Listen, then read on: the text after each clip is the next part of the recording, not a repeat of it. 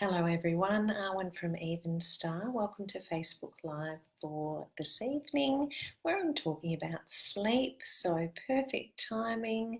Hopefully you can watch the live and then you can hop into bed and you will have learnt lots about sleep.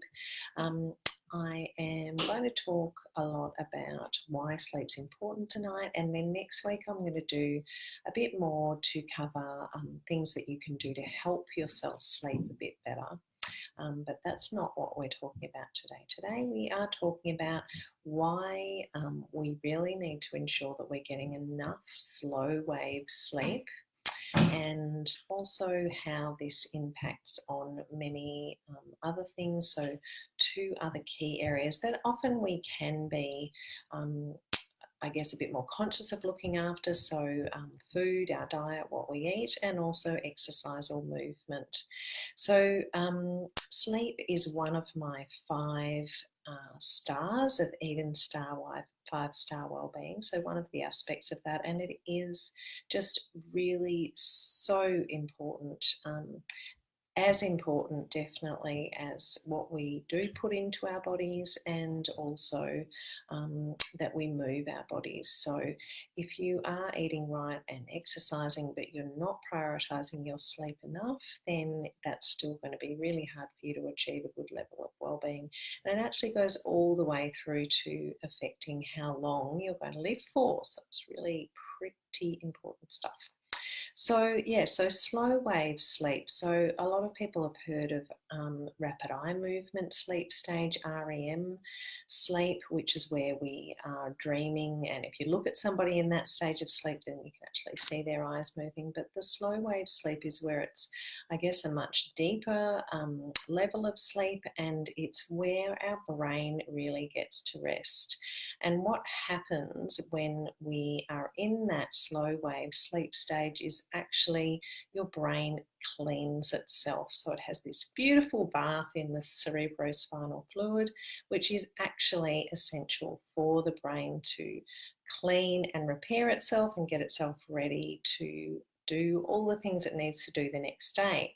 Now, the problem is that if we're not asleep for long enough and not undisturbed for long enough, then we can't be in that slow wave sleep stage for long enough, and not enough cleaning and resting of the brain goes on. What happens when we don't get enough is that we will in fact have a brain that is functioning at the same kind of level as a brain which has been subjected to alcohol. And so somebody who's got a blood alcohol content of about 0.05, which most people are aware is, you hit that level when you're driving and you're driving illegally, you're driving drunk. And if you are not getting enough of that slow wave sleep, so as a very rough estimate, and it does depend on very much the individual situation, your age, what your circumstances are as far as if you are being disturbed during the night, but you need to be sleeping for at least 7 hours as a very general rule in order to get that enough of that slow wave sleep. And if you're not getting that, then in fact you're carrying on the next day in the same way as you would if you'd had a few drinks. In fact, you should not really be driving your car because your brain is in the same state as if you had a blood alcohol content of 0.05. So what happens is that your brain does not function optimally, or far less than optimally. And this in turn, so our brain controls our hormones and how our hormones are excreted. If our hormones are being excreted in weird patterns, or some more than others, or basically not how they should be, then this is going to in turn affect how our genes actually express themselves. So this is where the whole thing about environment affecting your genes and your health overall comes into play. And then, of course, this is what I mentioned before, that it in fact affects your longevity. So There are thousands of studies out there now, and more studies showing that if you do not get an appropriate quality and quantity of sleep, then your lifespan is shortened. So one of the sleep experts in the world excuse me, who I love, oh goodness, excuse me, I love listening to it and following his stuff is Professor Matthew Walker. And he says that this form of, ignoring the priority of sleep that we do so much in the West is a slow form of euthanasia. That we're in fact shortening our lives, we're effectively killing ourselves off by not prioritising sleep. Sorry, I think I need to have a drink of water. Okay, so then, of course, the other thing with this affecting your brain is that in fact it increases likelihood of things like dementia, and even there are more studies now showing links to Alzheimer's as well with not prioritising sleep. So the whole problem is that in our society, in the modern Western world, we really do not prioritise sleep. Sleep is thought of as something that's for wimps, basically. There's no way that you're going to go out and chat to your friends and be embarrassed about the fact that you've, decided to eat really healthily, or you've decided to take up an exercise regime of some kind. But if you go out and you're talking about how you just have to get home at a reasonable hour because you have to get your 7 hours sleep, it's just not something people do. People aren't proud of that. They just don't. Our society does not value sleep. And the problem is that this is really becoming a worldwide health epidemic, which is another thing that Matthew Walker says. So then, further effects. So this does have a bi-directional relationship then with, in fact, how we deal with exercise and movement and how we deal with food. So studies show that if we don't get, again, enough of this good quality sleep, then our cells actually retain fat, and it's harder to lose that fat if that's something we're trying to do. And also we lose the motivation to do the right thing for our body. So the problem is we're not getting enough sleep. In fact, our brain is staying in our fight or flight mode. So the parasympathetic nervous system is not getting a chance to kick in. So therefore, your cells are holding on to the fat because they don't know when that next emergency is going to come on, and you might need that fat to survive. This is how the human species have evolved over millions of years.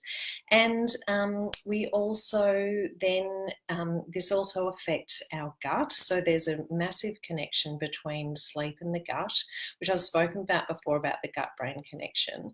And the bacteria in your gut are getting ineffective messages from your brain and sending messages to your brain, and not facilitating you eating the right kinds of food. So again, you're in difficulty as far as looking after yourself. The other thing is with exercise, so again, that fight or flight mode, you don't actually have the motivation to move a lot because your body is again retaining that energy. It doesn't want you to move and lose that energy, which your brain is thinking, oh my goodness, I don't know when that emergency is going to come and I might need to run away. So you're less motivated to exercise. Now, if you do push through that, then you're even more likely to injure yourself because of the poor functioning of your brain. So you're even more likely to injure yourself. And in fact, the respiration, so your brain controls respiration as well, and your respiration is not at optimum. It's more difficult for the appropriate amount of oxygen to be distributed throughout the body, and your exercise therefore becomes less pleasant, more hard work, and therefore that then affects your motivation. So it's this massive negative cycle that affects everything to do with your well-being. So the other thing I wanted to talk about in this session is about breathing and how it is really important to breathe through your nose when you're sleeping. What happens when we breathe through our nose is our nostrils actually excrete nitric oxide, and this mixes with the oxygen that you're breathing in from the air, and this enhances the distribution of oxygen throughout the body. If we're breathing through the mouth, then that nitric oxide doesn't happen, and also your air isn't filtered if you're breathing through your mouth. Now, the problem is that, again, in the modern day, with so much dental interference, people having braces, people having teeth removed, that often the jaw actually doesn't form properly. And I did speak about this a few weeks ago when I spoke about healthy teeth, healthy you. So what happens, that this is why so many more people have problems with breathing during sleep, snoring, and indeed sleep apnea, which means actually stopping breathing for 10 to 20 seconds periodically throughout the night. And it's because our jaws aren't formed properly, they're small, they're narrow, and the airways become blocked. When the muscles relax, the pressure builds up in the airways, and you open your mouth to create a bigger space for air. So if you have somebody around you who's telling you you're a noisy sleeper, or the other key tip is, if you are getting enough sleep, so you're getting yourself to be in bed for, like 7.5 hours, so you can get hopefully at least 7 hours sleep, but you're still waking up tired, something is going wrong. And one of the key things there may be that, in fact, your breathing during sleep is not optimal, and your brain is not getting enough oxygen, and therefore not getting that rest that it needs. So if somebody's telling you you're a noisy sleeper, then you might like to go and get a sleep study done through your doctor, or indeed go to a functional dentist and have a few things checked out with them, because they'll be able to tell you why that might be the case as far as your jaw structure. So very, very important. So I would really urge you all to think about prioritizing your sleep a bit more. So the key tip for today, as I said at the start, I will talk again next week and give you a few other tips about trying to get your sleep to be a bit better quality. But for today, the key thing I want you to take away is basically having yourself in bed for long enough. So you really, really need to be sleeping for about 7 hours. For most people, it is a generalisation, and therefore you need to get yourself into bed for at least half an hour on top of the amount of sleep that you think you need. So I'd recommend that you get yourself into bed for at least 7.5 hours, so you've got that falling asleep period and potentially a little bit of being awake, woken up during the night. The other thing also I like to always tell people is, we are actually designed to wake up during the night, and it's very, very unusual for people kind of over the age of, 30, 35 to not occasionally remember that they've woken up during the night. And we all know once we've had kids, then it's never the same again. But we're designed to wake up. We're designed to wake up about every 90 minutes to check for danger. Now, again, in our modern Western life, we don't need to do that, but our brain thinks we do. So that's perfectly normal. The key is, do you get back to sleep quickly enough? And I'll talk a bit more about that next week and what you can do about it. But yeah, I guess I hope you found that useful. Please contact me if you've got any questions or anything else you'd like to know. And I'll just put a plug in for Reiki as well, because Reiki is amazing for sleep. It's one of the key things that most people who have Reiki say, that they sleep really well for, that night or a few nights afterwards. And if it's something that they're coming to with a goal that they want to change, then it does change with Reiki sessions. So in the meantime, sleep well, sweet dreams, be as snug as a bug in a rug, and I will look forward to talking to you again next week. Good night. Bye.